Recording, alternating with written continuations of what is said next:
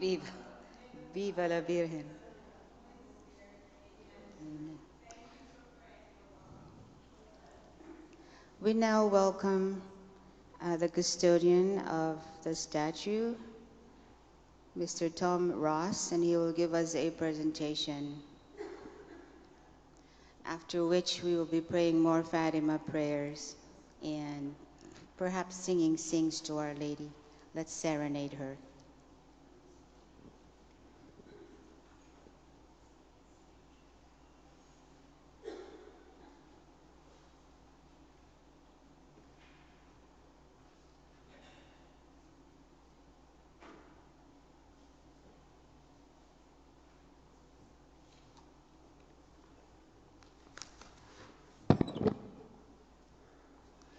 So good afternoon, everyone. As you heard, my name is Tom Ross, and I'm with the organization called the World Apostolate of Fatima. But you know, for a long time we were known as Our Lady's Blue Army. So that's the name I want you to remember, okay? Our Lady's Blue Army. It's indeed a great privilege to be here. How I wish everybody after Mass could have just stayed. We had like over 100 people here, and I wish they could all be here. So now, since they all went home, you have to help spread the message, what I have to say to them, okay? That's your job, your homework, right? It's indeed a great honor to be here and be given this opportunity. It's also my great honor to be one of 3 men who has been invited to travel with this beautiful image. This is a world-famous statue. This is a priceless work of art. That's why we don't allow anyone to touch it. This is an historic statue, and she goes by the exact title of the International Pilgrim Virgin Statue of Our Lady of Fatima. I emphasize international. She's the one that goes all around the world, not just the United States, the entire world. And did you see the big, beautiful RV that she travels in? That moving billboard on wheels? You should see her drive that thing, you know. No, we don't let her drive because she doesn't have a license. So that's out of the question. Now, this is a wooden statue carved out of one piece of mahogany wood in the year 1947, carved by a great sculptor who was already a sculptor before Fatima ever happened. His name was Jose Thadem. He was a sculptor by trade and very skilled, as you can tell. But this particular statue is not the first one he carved. You know, in 1920, he carved the very first statue of Our Lady of Fatima ever. He was commissioned to do that. And if you want to see that very first statue, you have to go to Fatima, Portugal. It's still on display right at the side of the Apparitions. They have it behind this glass box that goes up and down, and they can take it out of there, and you can see it. And if you were to compare that statue with this one, you'd say they don't look the same. What's going on, you know? Same guy did it, didn't he? Well, when he commissioned this one many years later, right, in 1920 to 1947, so 27 years later, he was instructed to go speak with Lucia. Lucia was the only one of the 3 children that survived into adulthood. Remember the story? Jacinta and Francisco got sick with the Spanish flu, and they were dead and gone. And you can see on our banner out there, Francisco went first in 1919, and then his sister Jacinta followed. So they were gone. But when Jose was commissioned to make this statue, he was told, go to Lucy's convent. She had an anonymous name. Nobody really knew where she was. But he was told so that he could go speak with her directly. And he went 3 times. First time he just made some sketches, went away to his workshop. He came back with a model, showed it to Lucy. She made some adjustments. He went away, carved this statue. And when she saw this statue, she said, now that is the very best likeness of what Our Lady looked like when she appeared to us. But of course, nothing could be as beautiful as the Blessed Mother if she were to be right here in person. We're shining a light on a solid object. But Lucy said when Our Lady appeared, the light was coming from her. She was as bright as the sun. You could see right through her, right? The trees, leaves behind her and everything. And Lucy said that all 3 of the children knew that light they were being bathed in and gave them such a feeling of the presence of God. That light was the very love of God. Our Lady was full of the grace, the divine life, the love of God, and that's what she brought to the children. Now, this statue is also blessed on a very specific, important day, October 13th, the anniversary of the great miracle of the sun, October 13th, 1947, right after the war was over. And when the bishop blessed this statue, he asked that Our Lady herself would accompany this image wherever it goes throughout the world to bring that grace of God, the divine life of God, to those people who cannot make a pilgrimage to Fatima, Portugal. And so this statue has been traveling as of this past October for 72 years now. That's longer than I've been alive, so obviously it hasn't been with me the whole time. But 72 years, and she's been in hundreds of countries. I said she was a historic statue. After the fall of communism in Russia, this statue was taken with 6 bishops and 400 Catholics into Moscow in front of Lenin's tomb, and she was crowned Queen of Heaven and Earth right there in front of that revolutionary. This statue has been in China. The statue has been in Korea, in Vietnam during the war that was going on in the 60s. She has been on every continent of this globe except Antarctica, right? Not a lot of Catholics down there. She's been seen by and prayed before by hundreds of millions, probably by now into the billions of people. And so here she is today now in your parish. And I'm so pleased to bring her. But we don't just travel around with the statue to preach to the good, people, the choir, as they say. That's what people have told me before. You're just talking to the good people. No. We're doing a lot more than that. Specifically, those good people that are willing to come to church and listen to what I have to say. I'm rallying the troops. Remember, I'm with the Blue Army. We want everyone, literally, I'm serious. We want you to join our Blue Army of people doing what Our Lady came from heaven to tell us to do. Now, you can do that formally this way by signing a card and giving to us. You can go on our website and do it electronically if you want.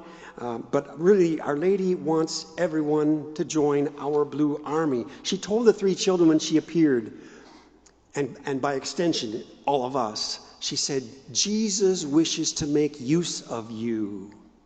Jesus wishes to make me known and loved. Jesus wishes to establish on the earth devotion to my immaculate heart. And he has allowed her to make this promise. She said, I promise salvation to all those who will embrace it. Devotion to her immaculate heart.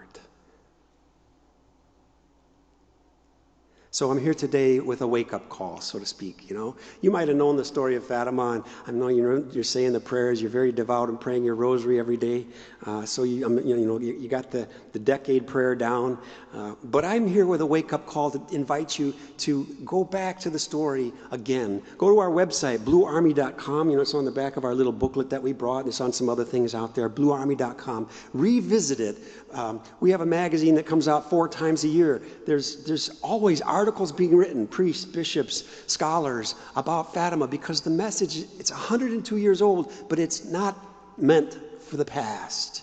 It's an important message today. Even Pope Benedict Emeritus XVI said regarding the message of Fatima, you would be mistaken to think that the prophetic mission of Fatima is over. No, it's as important today as it was 102 years ago. Now let's look at the world of what was going on 102 years ago. Why did Our Lady have to come? Was it not sufficient that Christ came 2,000 years ago to tell us what to do? To be good Catholics? Why did she come from heaven? Well, if you remember, there was a war going on, right? And back then, they invented new weapons never seen before on the face of the earth. They invented tanks so they could get through those trenches up and over, right? They invented airplanes and were using those in the war. They had submarines. It was the industrial age, trains. But they added to it chemical warfare, something that hadn't been done before. All these new weapons. And so the death and carnage was so great. People back then were saying, this has got to be the war to end all wars. Nothing could be as horrific as what we're seeing. But in reality, there was something else going on. Something more sinister. In the Bible, St. Paul tells us, it is not against flesh and blood that we contend, but against principalities and powers and rulers of this present darkness. Satan. He was very active 100 years ago. He had convinced people, starting with the man Karl Marx, who wrote the Communist Manifesto, right? He had convinced people that what they needed was a society without kings and peasants, without rich people and poor people. He needed a society where everyone was the same and a society with no God. He didn't believe God existed. He thought belief in God was like a drug, an opiate to just make you feel good. So he wanted to establish a society without God. In Portugal in 1910, before Our Lady appeared, Masons, members of the Masonic Lodge, who didn't believe in a one true God, they exiled the king out of the country, this Catholic country, which had been consecrated to Mary for over 300 years, exiled him out of the country, and they took over that government by force, and they made it illegal to go to church. More violent, sinister revolutionaries had plans to go in the country of Russia. They were going to kill the Tsar and his family. At 2 o'clock in the morning, they went into their rooms, brought them out, took them down to the basement. The Tsar, his wife, his daughters, his son. They even took the cook, the baker, the chauffeur, the butler, killed them all in the basement. Took their bodies in a truck out into the woods, hacked them into pieces, poured acid all over them, and then threw their pieces of bodies down into an abandoned mine. How violent, how horrific. These men were not going to be stopped. They were going to close churches, kill priests and nuns who would object, and their plans were to take over not just Russia, but every country that they could spread their ideology to. It was a critical time. I mean, atheism has existed since Christ, right? But this was a critical time because when Our Lady appeared, she told the children, this war will end. But if people do not do what I'm asking, there will come a second and a worse war. And you and I can look back on history, and we know there was a World War II, we even call it that. And when you think about how that war happened, it started in Europe with the European theater, and then Japan flew over Pearl Harbor, dropped bombs on the United States. We declared war. We got involved. Now there's two. There's the Pacific theater involved. And we struggled desperately with all kinds of weapons to try to bring this war to a conclusion. And then we invented a weapon never seen before by humankind, an atomic bomb. A nuclear bomb. We flew one plane over one city and dropped one bomb and killed thousands of people in a split second, a heartbeat, the blink of an eye, thousands of people. Yes, we had invented a nuclear weapon that if there was a World War III with nuclear bombs, it could mean the destruction of every living thing on the face of the earth. You've heard the threats of nuclear whiteout, right? First the sun gets blotted out, then the plants die, then the animals die, and then we die. God knew that there would come this ability that mankind would develop. And so before this atheism even got started, he invited his mother to come from heaven to plead for us. It's as if we were a society floating down a fast-moving river towards a waterfall. She saw the end in sight. She came with a motherly care to turn us around, to get us to swim against this current, to bring us peace. Pope John Paul II, when he was alive, of course now he's St. John Paul, he said regarding the apparitions of Fatima, Our Lady is anxious to save mankind from self-destruction. And so God had a plan to change the world. You'd think if he was going to change the world, he'd send a messenger to the Pope, or the president, or some great world leader. He chose 3 children to mock Satan, I'm sure. He chose 7-year-old Jacinta, 9-year-old Francisco, her brother, and 10-year-old Lucia, their cousin. They didn't go to school, didn't know how to read or write. That's how uneducated they were. In a remote country village so far away from all of what was the war that was going on, they were just children out playing in the field with their sheep. That's what their job was. This village was so remote. There were no grocery stores, right? 200 people in this village. You had to grow your own vegetables, pick your own fruit off your own fruit trees, make your own clothes from your own animal skins, wool. And so they were out in the field with the sheep. It was a very important job back then. And suddenly there was a flash of light. On May 13th, 1917. They thought it was going to rain. The only time they'd ever seen lightning was before a storm. So Lucy says, we better get back to the safety of the farm. And then there came a second flash before they could even get anywhere near the road. Now later Lucy writes it really wasn't lightning, but it was some indescribable flash of light. And this beautiful lady, glowing like the sun, the light that can dispel the darkness, appearing to a little girl named Lucy, whose name means light. God wants to enlighten the world. Lucy sees her and says, "Where did you come from?" The lady says, "I am from heaven." And then she asks, "What do you want of us?" Now, Our Lady came actually 6 times. You know the story, 6 times. And I wish I could go into detail about all the, everything Our Lady had to say, all of the events. But I really don't, I can't. It would take a whole seminar on a weekend probably to do that, and many speakers. But I would like to focus on a couple of things that were repeated by Our Lady, and what Lucy said was the most important part of the message of Fatima. Everybody thinks, oh yeah, Fatima, that's where that lady appeared and told us to pray the rosary every day and add this decade prayer after the decades, right? Right? That's what we think. But there's a more important part of the message. As important as the rosary is, and I'm not downplaying it, it can bring peace, stop war, yes, change the world. But Lucy said there was something else that she wanted to emphasize. And that's what I want to put into your mind today. When Our Lady first appeared, she asked the children, "Are you willing to offer yourselves to God?" Yes, right? But then she went on, and this is what I want you to take home today, "And are you willing to accept all the suffering that God wishes to send you in reparation for sin and for the conversion of sinners?" Isn't that what a crucifix depicts for us visually? Christ's suffering. Now, this is a very clean picture of Christ. If you see some crucifixes, the scars, the blood, the drips of blood everywhere, right? This is very clean, homogenized, or whatever you call it. But Christ suffered to the point of death. And why did he do that? So that no soul would be lost. There was value in his suffering. He knew he was going to rise on the 3rd day. It was going to change the world. His suffering had value. And Our Lady appears to these 3 little children and says, "If God offers you suffering, will you accept it like my son? Will you be Christ-like for the conversion of sinners, in reparation for their sin?"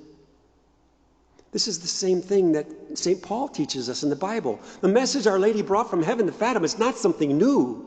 It's the very message of Christ himself. It's what was taught to Paul, and Paul taught all of us. Remember, Paul, first, going around the world arresting Christians. He didn't believe Jesus was the Christ.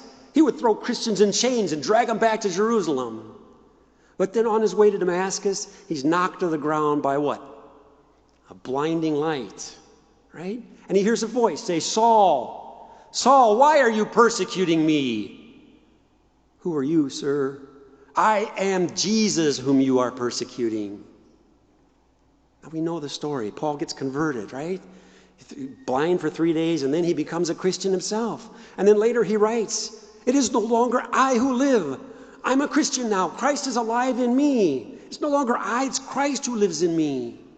And then he further tries to explain to us, I make up in my body what is lacking in the sufferings of Christ for the sake of his body, the church. What is lacking here? The perfect God-man offering the perfect sacrifice to the Father. What could Jesus not give the Father? He gave all of us free will. He will not force us to love the Father. And if the Father offers us suffering, we could say no, let it make us bitter, turn our back on God, stop going to church. Or we can make us better. Say yes. Let Christ live in me today. It is no longer I who live, but Christ who lives in me today. And I can offer my sacrifice today for those sinners today, for the conversion of sinners and reparation for their sin. Christ is still saving the world. It didn't end 2,000 years ago. He's still saving the world, redeeming the world through me. This is what Paul taught. It's what Jesus taught. It's what the message of Fatima reminds us of. If only we would accept the will of God for us. So Lucy, she speaks for all 3 of the children. She says, yes. Yes, we are willing, in other words, right? Our Lady wasn't going to force them. Yes. And she later writes in her memoirs, I really didn't understand what I was saying yes to at the time. Neither did the Blessed Mother, I'll bet, when Angel Gabriel appeared to her. Will you be the mother of the Christ, If she really knew the consequences of what that meant, right? But then later, Lucy writes in her memoirs, I say yes every day of my life. Yes to the will of God, even if it means suffering. Yes, for the conversion of sinners and reparation for sin. Well, then Our Lady, after hearing her response, Our Lady says, then you will have much to suffer. But she didn't end there. My friends, it's, our Christian life is not about just white-knuckling it, gritting our teeth and putting up with the suffering that comes our way. We're supposed to spiritualize it. Our Lady went on to say, you will have much to suffer, but the grace of God will be your comfort. My Immaculate Heart will be your refuge and the way that will lead you to God. This is a message of hope, eternal life with God. What does she mean, her Immaculate Heart is our refuge? How do we get into her heart?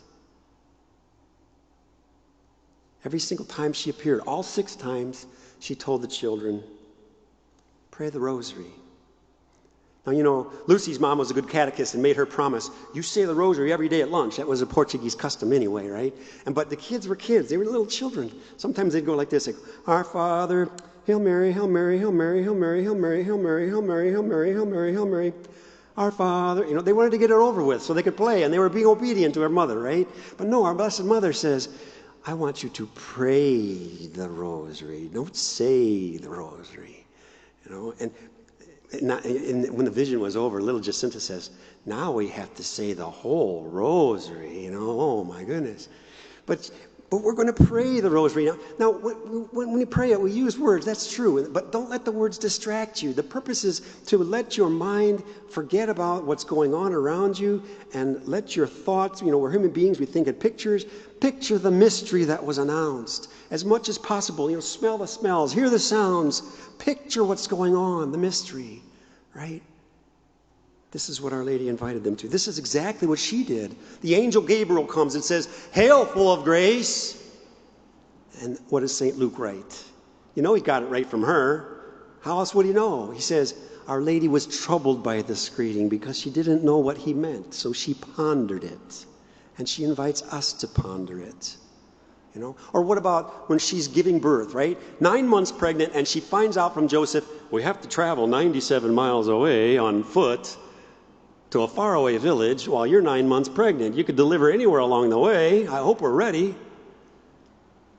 But when she gets to that little village and she delivers a son, she puts him in a manger. I suppose maybe it happened outside. There was no room in the inn. Maybe it was in the stable. We don't know. Ponder it. But that night, we're told, shepherds came in from the field looking for that sign. That baby wrapped in swaddling clothes. And they told Joseph and Mary, we saw an angel in the glory of God promise peace on earth to men of good will. And Our Lady treasured that story in her heart. She probably pondered it all over and over again. All this suffering went through to get here, and look what God had planned. Right? And we could go on, The finding of Jesus in the temple, right? This is a joyful mystery. They go for the peace feast of the Passover, travel a whole day away, and they suddenly realize, where's Jesus? I thought he was with you. I thought he was with you. I thought he was with the cousins. Where is he? She must have been frantic. I lost my little girl for half an hour. I couldn't, have you ever done that? Lost your child in a grocery store or something? The anxiety that comes over you, imagine her. And then they have to travel a whole other day back. She's probably looking everywhere, over every cliff and behind every rock. Where's Jesus? They probably went into the temple to pray. I don't know. Let's ponder it, right? Goes in, and there he is. And she rushes to him, we're told. And she says, Son, why have you treated us this way? Your father and I have been looking for you anxiously. And Jesus says, why were you looking for me? Did you not know I must be in that of my Father? Now, some Bibles translate in the house of my Father. They make it easy for us to understand, right? Other Bibles say doing the work of my Father. Easy to understand. No, the actual literal Greek, if you translate it, is in that of my Father. And we know it's something to ponder because St. Luke tells us Our Lady and Joseph didn't understand what he meant. And so she had to ponder it.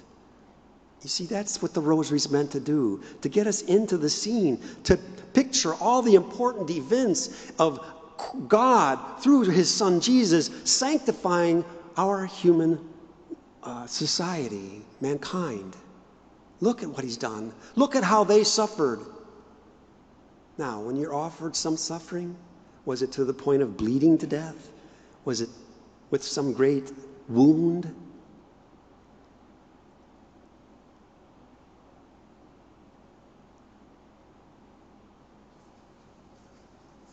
To emphasize further that Our Lady really wants to teach us the value of suffering. When she came back in July, she specifically told the children, in these words exactly, sacrifice yourself for sinners. And whenever you make some sacrifice, say, Jesus, this is for the love of you, for the conversion of sinners, and in reparation for the sins committed against the Immaculate Heart of Mary. Now, you know, if you remember the story, July is when she showed the children hell. She came like that beautiful Our Lady of Grace over there. At first her hands were in this position, but then she put her hands down like this, just like Our Lady of Grace. And Lucy said, beams of light came shooting out of the palms of her hand onto the ground in front of them, and it seemed like the earth opened up and they could look down into the earth. It was frightening. They thought they would die had she not promised them heaven. And Our Lady was with them. They said they saw two things down in there, dark, black, animal light, but not like any animal you've ever seen on earth, horrific. What they knew were demons. And then they saw human-like forms, transparent like Our Lady herself. You could see right through them, but they had flames burning inside of them, and all around them were flames. And they were being tossed, Lucy says, like sparks in some great huge bonfire. And they were all shrieking and groaning in pain and despair. How horrific. I tried desperately not to let my children see some horrific scene. Why did Our Lady show this to children? To scare them? No, to motivate them. And she spoke. She said, you have seen hell, where the souls of poor sinners go.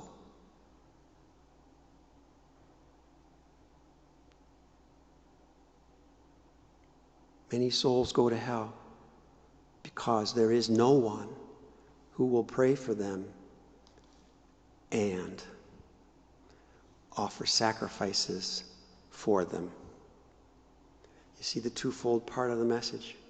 As important as the rosary is, Lucy says it's almost more important to go out into the world and live your daily life, whatever it is, whatever suffering comes your way, whatever frustration, whatever anxiety, whatever bad news, accept it then. You know, that diagnosis of cancer that you know it's not going to go away right away? That's going to be a long time suffering, but it has such value. Remember Bishop Fulton Sheen? You know what he used to say about suffering? He'd say, you know what the greatest tragedy in life is suffering wasted. He knew the value of suffering. So I hope you see that what I'm trying to picture for you today is that the peace that Our Lady promised and that Christ promised is not a life without struggle. It's not a life without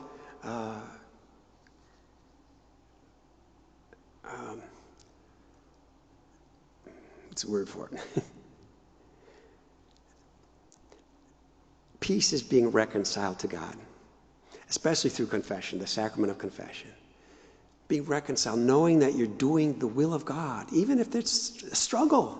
Christ himself, we're told, in the Garden of Gethsemane, prayed, Father, if it is possible, take this cup away from me. He was afraid of what he had to go through. He didn't pray that just once. He prayed it 3 times, we're told. So when suffering comes our way, it's perfectly all right to say, oh, God, please take this away.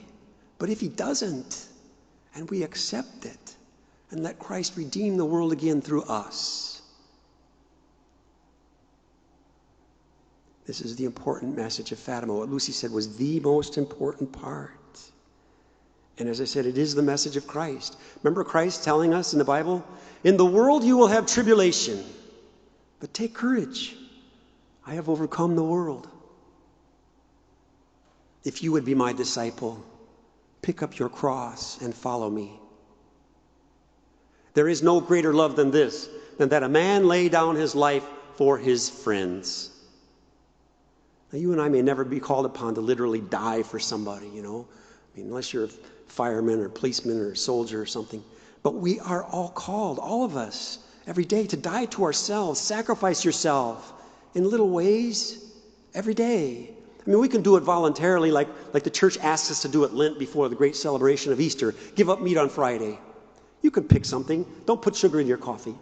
Don't watch your favorite program tonight. Make some sacrifice for that one person that you know by name who's living a sinful lifestyle. Maybe they left the church altogether. Pray for them, yes, but don't stop there. You can voluntarily add your sacrifice. Wash the dishes for that person. Go wash your car. You're going to scrub the dirty thoughts out of their mind. You know, you can think of things the way the little children did. They made a little game out of it almost, to think of things that they could do. One day, Jacinta was going to pick some flowers, and she brushed up against some stinging nettles. She grabbed them eagerly and rubbed them all over her skin, said, "Look, Lucia, look, Francisco, another sacrifice I could offer God for the conversion of sinners." Right? We could let any part of our daily life be a sacrifice and say that prayer. Jesus, this is for the love of you. I'd really rather have that second piece of pie, but I'm going to give it up for the love of you, right? And for the conversion of sinners and in reparation for sin. So this is what I'm trying to emphasize today. But as I said, there is so much more about the message of Fatima to revisit. And my visit today here is just a wake-up call to say that Fatima really happened. It's not a fairy tale. It's not a cute little story. No, it really happened. Our Lady really came from heaven. And she came 6 times. And before she came, an angel came in 1916, 3 times, in the spring and the summer and the fall. What did he have to say? What did he teach the children? It's fascinating. That 3rd angel visit makes me so glad to be a Catholic, so proud to be Catholic. I will never leave the Catholic Church. And when I tell people about Fatima, I always like to lead up to that 3rd angel visit. So check it out. Go to our website, bluearmy.com. You can find out the whole message of Fatima, all the angel visits, everything for free. And as I mentioned, we have a magazine that comes out 4 times a year with people always writing new articles, new meditations on something new to learn about Fatima. So please do that at bluearmy.com, but also then begin to live it. Our motto and slogan at the Blue Army was given to us. It's by Pope Benedict XVI. He said, "Learn the message of Fatima and live the message of Fatima." And then one last thing, spread this message of Fatima. Our Lady promised peace. She said, "In the end, my Immaculate Heart will triumph, and there will be peace." But again, not a peace without conflict. Christ himself said, "My peace I give to you, my peace I leave with you. But not as the world gives it, do I give you peace." He said that to the apostles, and then every one of them went to a martyr's death, right? The only one who didn't die was John. So the message of Fatima is so important, so much the message of Christ, so Catholic, something to be proud of. So learn it, live it, and help spread it. This is how we can affect. It has that ripple effect. When my wife, she had to go to work the other day, and the air conditioner was broken on a hot summer day, right? And she texted me, "Well, accept." My son was riding his bike and hit a grate in the street, and the wheel got stuck, and he went head over heels and injured his collarbone, wound up at the hospital. I said, "Well, it's the will of God. Accept it." Right? And that can have a ripple effect. Next door neighbor, right? The waitress at the restaurant, the gas station, the grocery store. You mentioned Fatima. Have you ever heard about the great miracle of the sun? One day we were just parked in the RV in a parking lot of a grocery store, and a guy came up, rolled down his window. "What's this Fatima thing?" He opened the door. I jumped on that. 2 hours we were talking. Right? Help us spread the message. Get excited about it. You can tell I'm not very excited, but I want you to get excited about it, right? To help spread this message, because it's what's going to change the world. It started with 3 little uneducated children in a rural country town, but look how it has affected the world already. And you see our society heading towards that waterfall. We have many, many souls to throw out that lifeline to. We were at a church day before yesterday, and the statue was there all day, from Saturday night at the anticipation mass, all day Sunday. We were there even on Monday. And then the coordinator came to us and said, "Did you hear what happened? Did Father tell you?" "No, what happened?" "There was a man who just happened to be driving down the road, and he saw this big building. He didn't know it was a church, but he turned into the parking lot, and then he found out it was a church. And he said, 'I'm going to go talk to the priest, the minister in there.' This man was going to commit suicide. He was on his way to commit suicide. And at the last second, something drew him into the church. and he talked to the priest, and then he left with a change of heart. He wasn't going to do it. You know, Our Lady can help us to change the world if we embrace what she asked us to do. And so learn what she said, live it, and spread it. And so I pray, peace be with you, and peace be with all of us.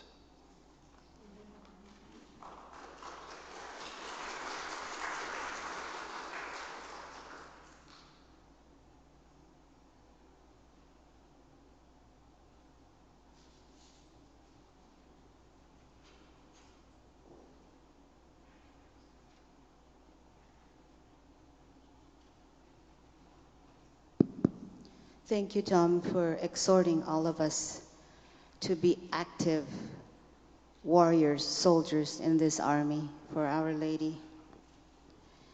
We shall continue our veneration. There will be another presentation at 6:30. Please go home, come back with your family at 6:30 or earlier so that they can venerate and also to be able to hear the wonderful message.